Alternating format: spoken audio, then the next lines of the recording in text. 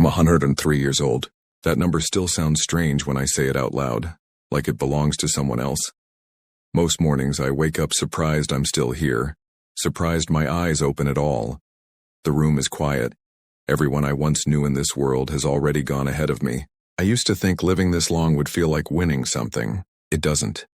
It feels like standing in an empty house after everyone's left, listening to the echo of your own footsteps and realizing you didn't say everything you meant to say while there was still someone around to hear it. At 103, time doesn't stretch anymore, it presses down. Every memory feels close. Every mistake feels recent. The distance between then and now has collapsed, and I can see my whole life at once, like a single long day that went by faster than I noticed. I wasn't a bad man. That's what makes this harder to live with. I worked, I showed up, I paid bills. I kept promises mostly. I did the things a decent man was supposed to do in the years I was born into. No scandals, no dramatic collapses. Just a steady life, respectable on paper. But paper doesn't remember the pauses.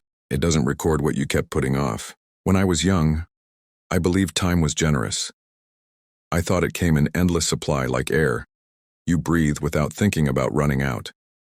I assumed there would always be another season to fix things, another year to say what mattered, another chance when things slowed down. Things never slowed down. In my 20s, I was hungry in the way young men are, not just for money but for proof that I mattered. I wanted to be seen as reliable, capable, worth something. I told myself I'd rest later. I told myself love could wait. I told myself people would understand. I didn't notice how often I said after this job, after this promotion, after things settle down. They never did. I married young. She was patient in the beginning, the way young women often are when they believe patience is temporary. She believed in the future version of me more than the one standing in front of her. I let that happen. I benefited from it. I was always tired, always distracted. Even when I was home, I wasn't really there. My body sat at the table, but my mind stayed at work, at plans, at worries that felt important at the time and meaningless now. We had children. I remember holding them as babies, how small their fingers were around mine. I remember promising myself I'd be different with them, more present, more gentle. I meant it when I thought it, but meaning something isn't the same as doing it. I went back to work. I missed school events. I came home late. I told myself providing was love. I told myself they'd understand when they were older. They did understand. That's part of the problem. Understanding doesn't fill empty chairs. The years passed quietly. No big explosions, just small moments slipping through my hands. Conversations cut short. Hugs rushed. Evenings traded for obligations that don't exist anymore. I don't remember most of the work I did. I remember the looks on their faces when I wasn't paying attention. By the time I noticed the distance, it already felt normal. That's how it gets you. Nothing announces itself as the moment you should stop and turn around. It all feels reasonable while it's happening. My wife stopped asking me to sit with her. She started reading alone, going to bed earlier. Her patience didn't break loudly. It thinned out day by day until there was barely anything left to stretch. I thought we were fine because we weren't fighting. Silence can look a lot like peace if you don't listen closely. She got sick in her late 60s. Not suddenly. Slowly. The kind of illness that doesn't shock you into change. The kind that gives you time to keep postponing. I stayed busy. I thought strength meant not stopping. I thought holding everything together was the same as being there. She died one quiet morning while I was in the next room, answering emails that no one sends me anymore. I remember the sound the house made afterward. Not silence, something heavier. After she was gone, I finally had time. All the time in the world, and nowhere to put it. The work I sacrificed everything for didn't know what to do with me once I slowed down. They gave me a plaque, a handshake, a polite goodbye. The children had their own lives by then. They were kind to me. That almost made it worse. They visited out of duty, not need. I could feel it.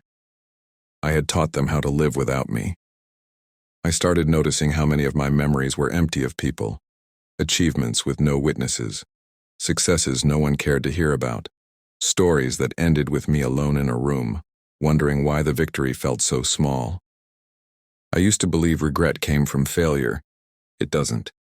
It comes from delay, from waiting 1 year too long to make a call, from assuming someone will always be there when you finally decide to show up, from choosing what feels urgent over what is actually important.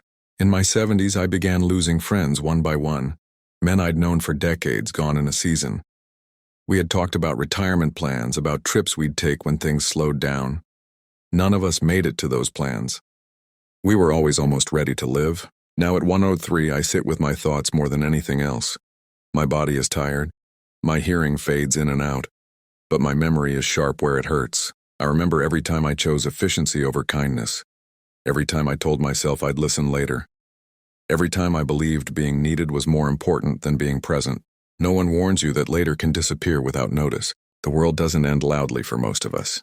It just quietly closes doors while we're looking the other way. If I could name the one thing it took me 76 years to learn, it's this. You don't get credit for intentions, only for moments. No one remembers what you meant to do. They remember whether you showed up, whether you stayed, whether you noticed them while you still could. I thought I was building a life. I was postponing it. Even now, people ask me what the secret is to living so long. I don't have one. Longevity isn't wisdom, it's just time. Time that can either be lived or spent. I spent a lot of mine. If you're listening to this and you still have people who expect to hear from you, don't assume they always will. If someone crosses your mind, there's probably a reason. Call them. Sit with them. Let the work wait. Work always waits. People don't. I'm not saying abandon responsibility. I'm saying don't confuse responsibility with love. Love requires your attention, your actual presence, not your leftovers. I've learned to accept my life as it is. There's no fixing it now. Acceptance isn't peace exactly. It's more like laying down a heavy bag you didn't realize you were carrying for decades. I'm grateful for the years I had, truly. I'm also honest about what I missed. Both can exist at the same time. At this age, mornings feel borrowed. Nights feel thin. I don't fear death as much as I fear the idea of having misunderstood what mattered for so long. If this meant something to you, if any of it sounded familiar, don't rush past that feeling. Sit with it. You don't need to change your whole life. Just don't keep postponing the parts that make it worth living. I'll be here a little while longer, listening to the quiet, holding the memories I can't change. If you still have time, use it more gently than I did.